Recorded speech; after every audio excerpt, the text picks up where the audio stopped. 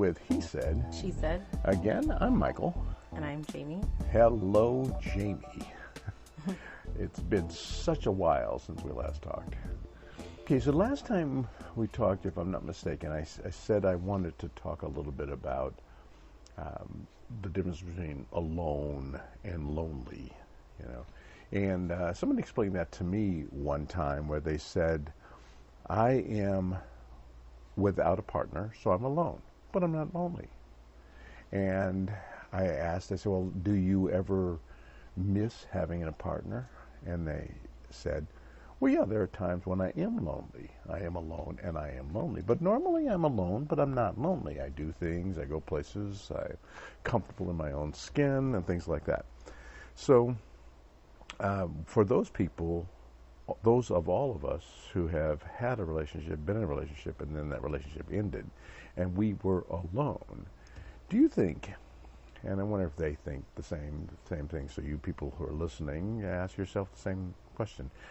Do you think that it's okay to be comfortable with yourself and be alone, or do you really need to bond with another person? Do you need to have a mate, you know, right away? Last mate's gone, next mate comes in.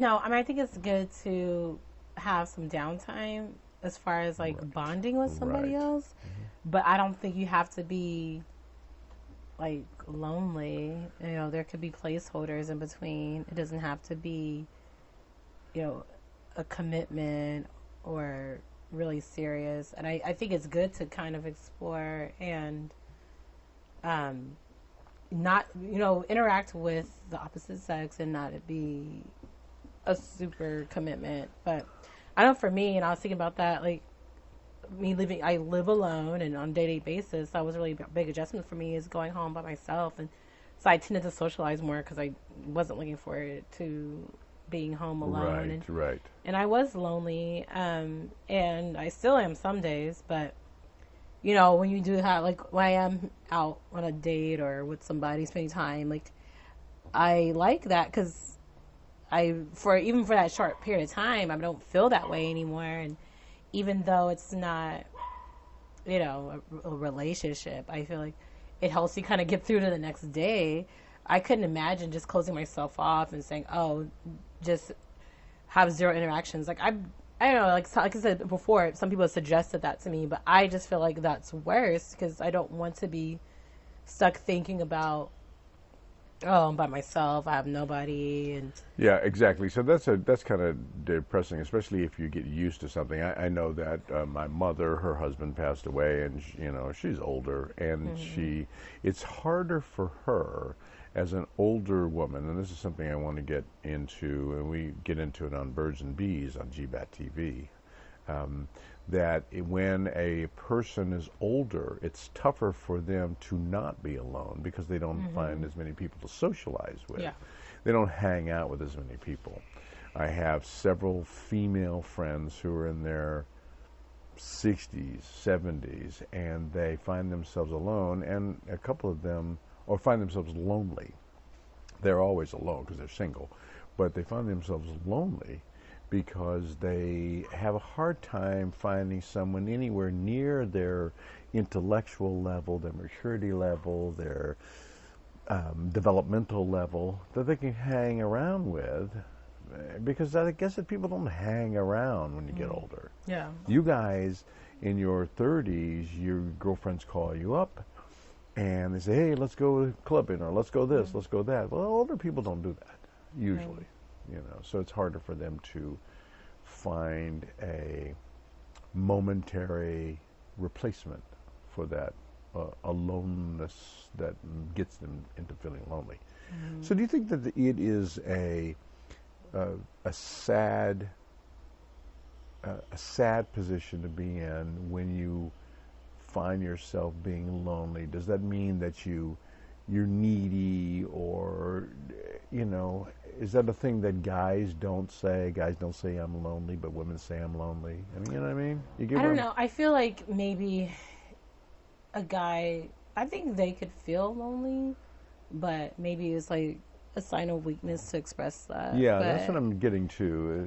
You think it is? I mean, you think it and I think like sometimes I joke, and I was talking to this guy, say, oh yeah, you know how needy I am, but I don't think it's really needy. It's just I think everybody kind of needs somebody, especially. Well, if you were somebody who was single for a long time, maybe it's Right. different. But I said the one thing, and I said people get confused. It's just like it's not that I miss my husband specifically, like that's done, but it's I miss like if something happens, I have someone to tell Mm-hmm. that actually cared. I can tell my friends, and they might say, "Oh yeah, that's great," but they really don't care. Mm-hmm.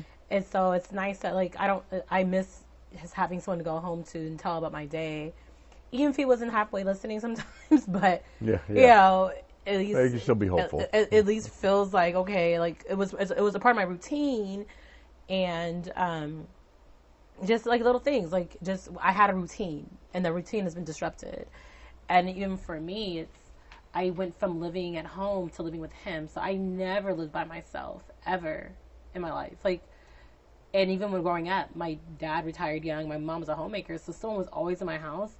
So it's really, this is the longest period of time I've gone just being in my house alone. Are you finding that you are discovering yourself because you're in that circumstance? I think everybody told me they're like, "Oh, you learn more about yourself," and I'm That's like, right. "Whatever." But Whatever, shut up. I think what happens is, what kind of led me to all this is like I started writing a blog. I started like I'm a very talkative person, and it became different when I didn't have someone to talk to. It was more so the thoughts were just in my head. Right. So But I so started, then you so, I, did. so it's more introspective. So I guess I was learning about myself. So you did. You actually did learn a Or little bit more about yourself. maybe more so like listening to myself more. Like the information was there. I just never really let it marinate or think about Well, it. and I remember my experience with the same kind of circumstance when I did feel the absence of a partner that I had been with. I was married for a few years, and we divorced. And I loved her, and I missed her. So I decided to take off for about a year and not date, kind of just rediscover myself and redirect. And I put it all on business because I'm a workaholic. And so I put it all on business, and I said, well, let me reinvent the kind of a business that I run. So I was about 10 years in my business, and like I said, I took a year off, didn't date, and it was very interesting because I had to go a year without any companionship, and I was in that mind state where I don't think I went a couple of days without, intimacy. I don't remember going 2 days without some kind of sexual intimacy or something like that. So when I went for a year without any intimacy, actually physically, I remember what happened was when I first was intimate again, my bones popped and cracked because they were out of And I'm like, I'm like, oh, a year? Oh my God. Oh my gosh, yeah, I really. was like, It was. I learned a lot about myself, but I said a I year. don't want to do that. Oh my God, it was horrible. It was horrible. But I did learn. I went to my first movies by myself. I actually went to dinner at restaurants by myself for the first time ever. I'd never gone to a restaurant. I don't think I've ever done that. You ever gone to a I've done the restaurant? movies by myself, Yeah. but I don't think I've done dinner by myself. Yeah, I mean, a lot of things I did by myself. And I ride a motorcycle, so I can go off and take a motorcycle ride and go a couple of 100 miles by myself. It's not a big deal. In fact, it's kind of nice. I have a boat, so I can go out on my boat by myself. And so I have things that I can do by myself. But I had to learn how to do that. And that's why I mentioned when the difference between being alone and lonely and whether or not it's a big negative, I think it's different for men and women. That men don't admit that they're lonely, And I said it that way purposely because that's how we view it. That women can say I'm lonely, but because that's a girly thing. But boys can't say they're lonely because it's a girly thing, But in fact, guys get lonely. So I think the difference between how women resolve the issue and how men resolve the issue is partly because of their maturity. Women will say, well, I recognize I'm feeling that way. I'm going to hang out with my girlfriends. I'm going to go to a movie. I'm going to do other things. But guys might just go out to a nightclub and pick up a one-night stand. and that solves the problem. Yeah. You know what I mean? It solves the problem. Now, maybe women are doing that. So that I know some women that do that. yeah, I was just going to say Yeah. that my another friend who is going through the same, just recovering from a long-term relationship, is starting to discover her wild side. And so she relayed an outing that she had just the other day where she did the wild one-night stand thing. And she said, well, I never did that before. And it was kind of entertaining. It's not something I do on a regular basis, but it was kind of entertaining. And so I asked the question. I said, did it make you feel less lonely?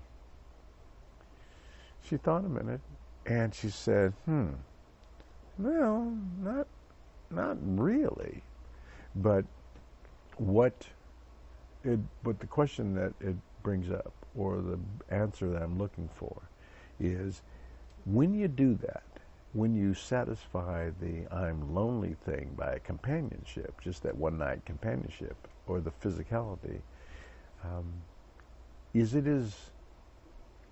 as long lasting or as valuable as a regular relationship without No. any of the Right away, no, because I just think like a one night stand or something like that, or just like a one time thing. Feels good though. I think that usually it happens like you're in the moment, you're turned on, you want to do it right then. That's fine. But I don't think that that's any cure for loneliness. Like for me, like even not having yet experienced like a serious relationship yet outside, like after my marriage, I think just having, I don't know, it's not a relationship, but like guys that I'm seeing on a regular basis, it gives me something to look forward to. So I think that helps with the loneliness. Well, it actually is a relationship. Because, it's just, yeah, I don't it's know. just not. It's not the kind of I'm not calling relationship it that. grandma would remember. Yeah, like I'm not. He's not meaning my family or anything, but That's like fine. Yeah. But I think what happens is like in between that time, like you text, you talk, you think about this person, you look forward to seeing them. That I think is more of a cure for the loneliness. But just a one-time thing, you're never gonna see this guy again. No, and actually, sometimes you might feel kind of like regret afterwards, or Yeah. I tried that and it was.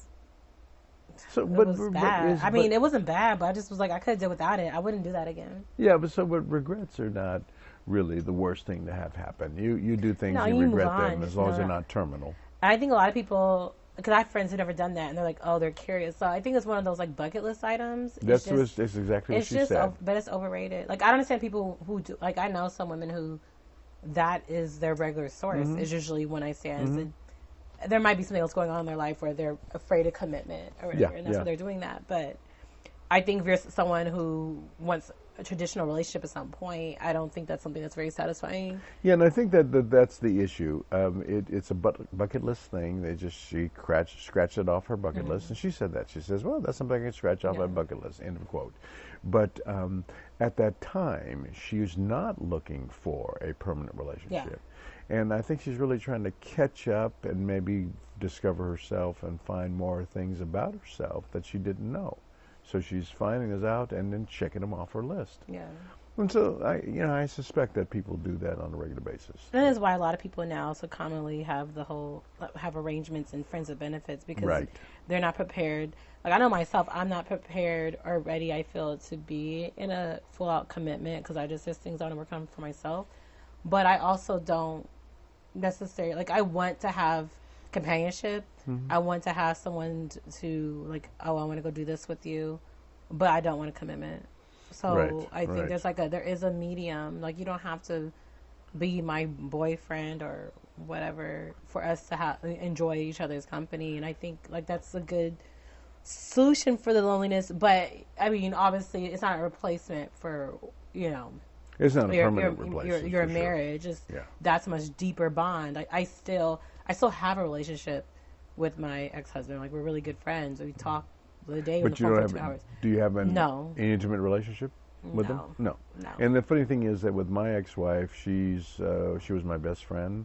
I loved her dearly and things like that. We do not have an intimate relationship. And we have since we after we broke up, there has been times. Yeah, but, right. The same thing with but us. it's Right after we broke up, it's we not tried. something that I don't want. It's not something that I would want. Like, Yeah. I just feel like it would complicate. It's safe. things. It's safe. So that's the thing. It's something I want to get to. We did touch on the subject of friends with benefits relationships before in a previous podcast. So depending upon the order of these podcasts and things like that, you may or may not have heard it, you listeners. But I would like to come back and maybe just finish up this little series with a discussion about friends with benefits relationships and how much it replaces or does not replace anything of any value in a regular relationship. So if you can, just bear with us. And like I said, we're on location in most of these podcasts, and sometimes you'll hear a little background noise because we're out in the real world. And hopefully we'll bring this podcast to a place near you, and you can sit and engage with us in some of these conversations. And up until then, we'll probably just talk to you on the airwaves. So we'll see you next time on He Said, She Said. And again, it's Michael. And Jamie. Thanks for joining us. Bye, guys.